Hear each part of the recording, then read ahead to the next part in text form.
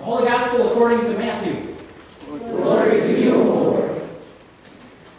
Now after the wise men had left, an angel of the Lord appeared to Joseph in a dream and said, "Get up, take the child and his mother, and flee to Egypt, and remain there until I tell you.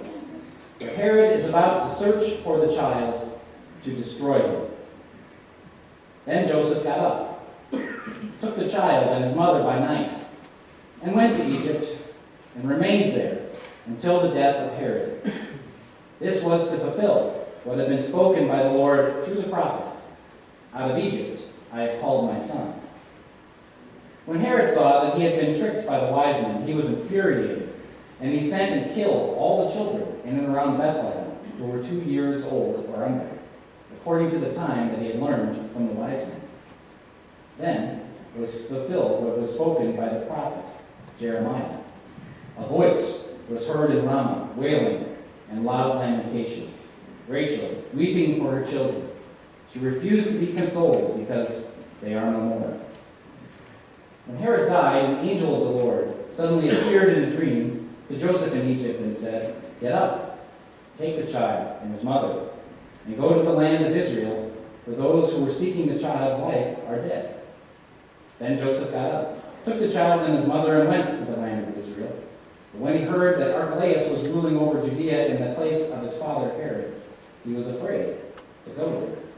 And after being warned in a dream, he went away to the district of Galilee. There he made his home in a town called Nazareth, so that what had been spoken through the prophet might be fulfilled.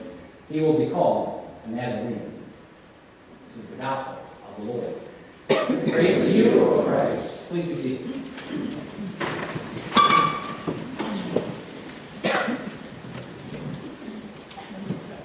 Well, the break's over.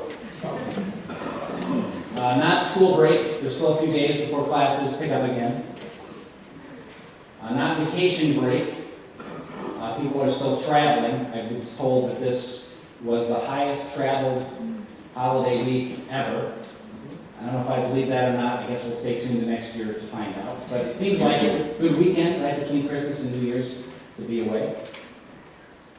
It's not necessarily holiday break being over either. We still have New Year's to celebrate this coming week, and however we do that. But I will say this. It seems like Christmas break has ended. I think because of the way we like to celebrate Christmas. And I don't think this is right or wrong. I just think it is. Maybe it's just the way we do it in our culture. Maybe people do this everywhere. I don't know. But it seems to me that the way we want to deal with Christmas is to just hit the pause button for a moment. If we can just put all the things we've got going on, which are many, and just keep them at arm's length for a time. And that's not to say it doesn't take a lot of preparation to get to that point, because it does. As you're all shaking your heads, yeah, absolutely. But if we can just kind of keep it there for a moment. And it's not to say we're shirking away from responsibility or that we're trying to just hide from the world. That's not it at all. We just want to pause for a moment and capture it if we can. Maybe it's with friends, maybe it's with family, maybe it's as the church, maybe it's in remembering those who aren't with us this Christmas or other years.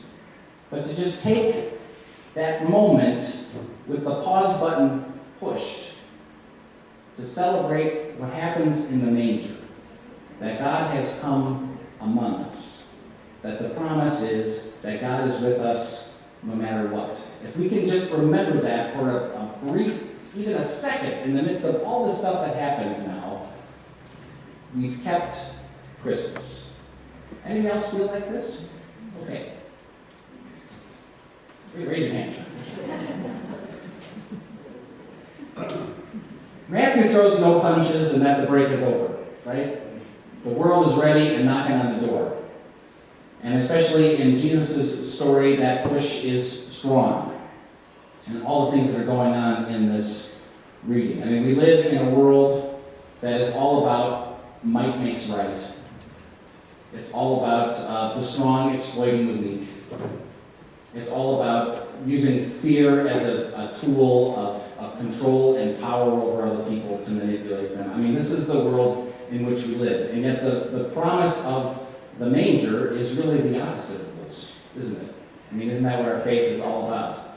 It's not that might makes right, it's that it's compassion and mercy are the things that God uses to make right in the world. And it's not strength exploiting weakness, it's weakness itself, it's vulnerability, it's service, it's sacrifice. These are the things that we look to Jesus for in the ministry that we're a part of and the way forgiveness works for us in our lives. And the opposite of fear is assurance, right? Confidence, comfort, hope, all of those things. I mean, the child in the manger is this sign that no matter what happens to us, what we're struggling with, what we're going through, what we see going on in the world, that somehow the promise is God has not abandoned us, but is here and is present, and actually is relentless in continuing to seek each of us out, every single one of us out, with love. But the world doesn't want to hear that. I mean, you see that right away. I mean, the first thing that Herod does when he knows that Jesus is born is he wants to kill him. And then when he can't find him, what does he do but slaughter all the children? Merry Christmas. And then what happens is Mary and Joseph are afraid. I mean, they're warned in a dream, but they're running for their lives. As they go to a faraway place and don't return until the threat is gone. And even there, they resettle in a different place. And that's what gets Jesus to Nazareth.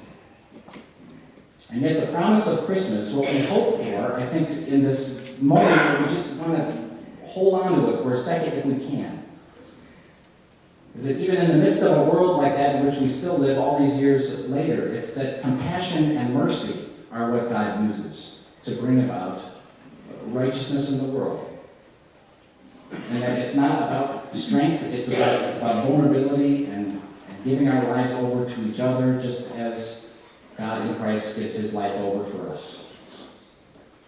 It's about a baby, not a chariot.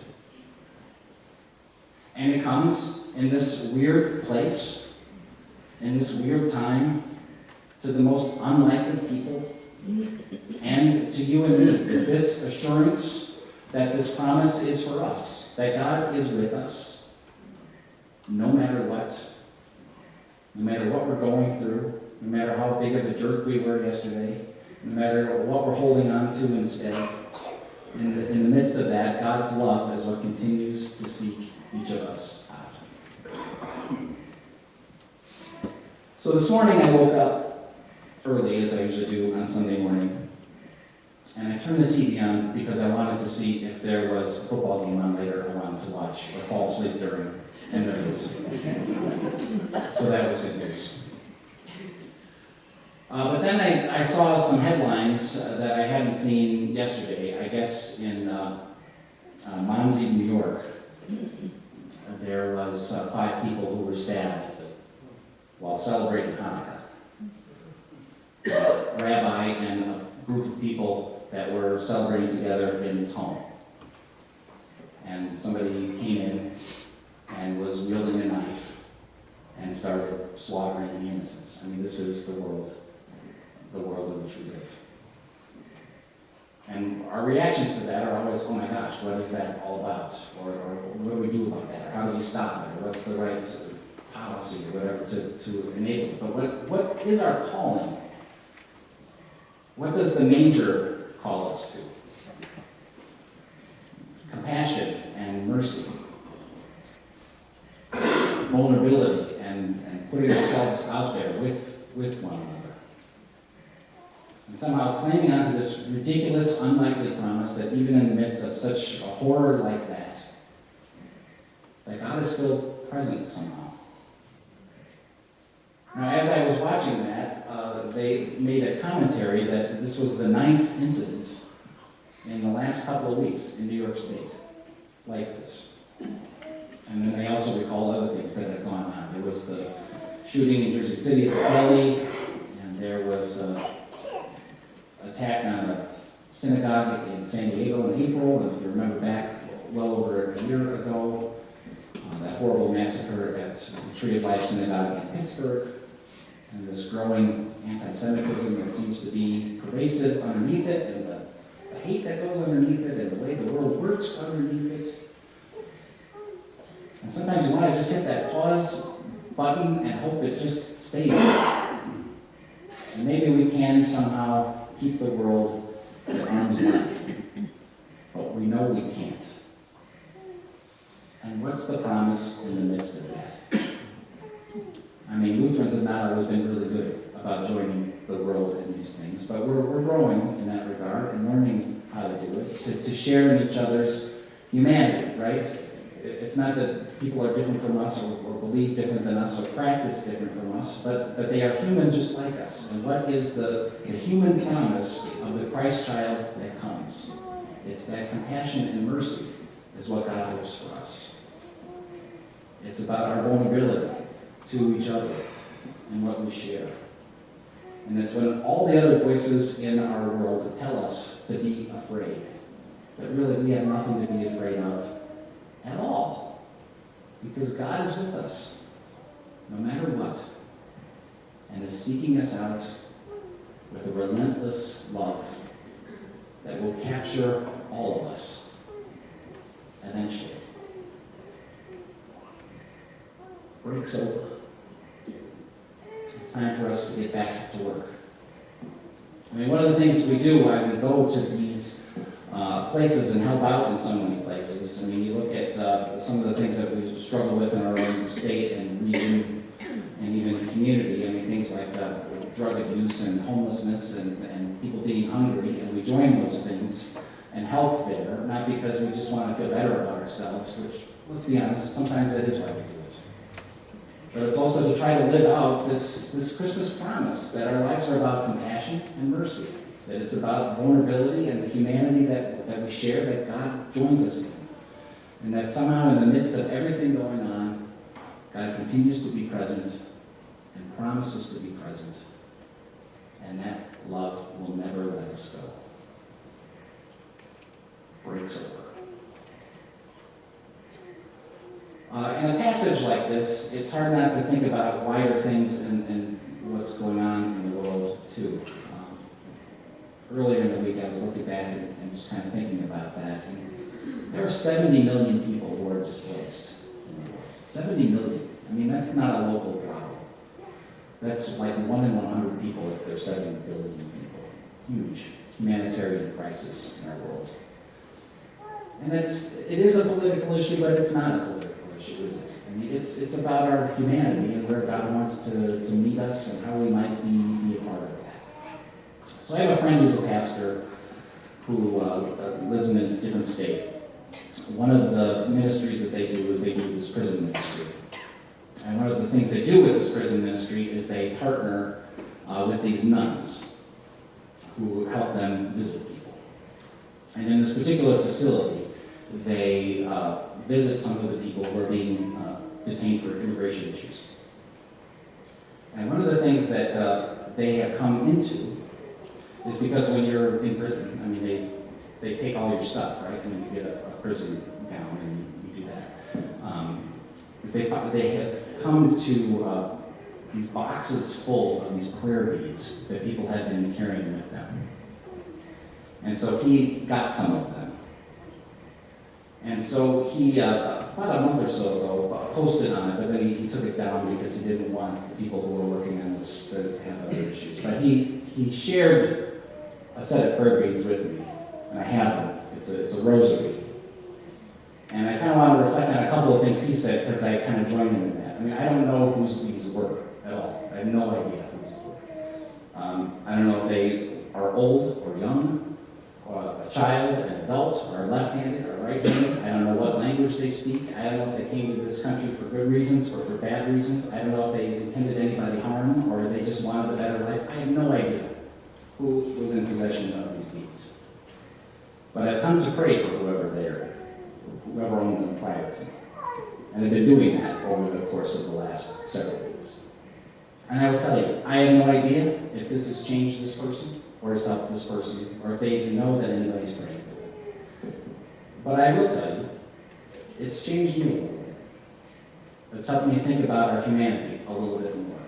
It's helped me think that some of the problems we have are not so much about the differences we have, but in trying to find the places where we can connect with each other and listen to each other and be a part of what God is trying to do with each of us. It's compassion. It's mercy. It's vulnerability. And it's this amazing love that won't let us go and keeps looking for us and seeking us and won't stop until we're all found. Breaks over. Merry Christmas.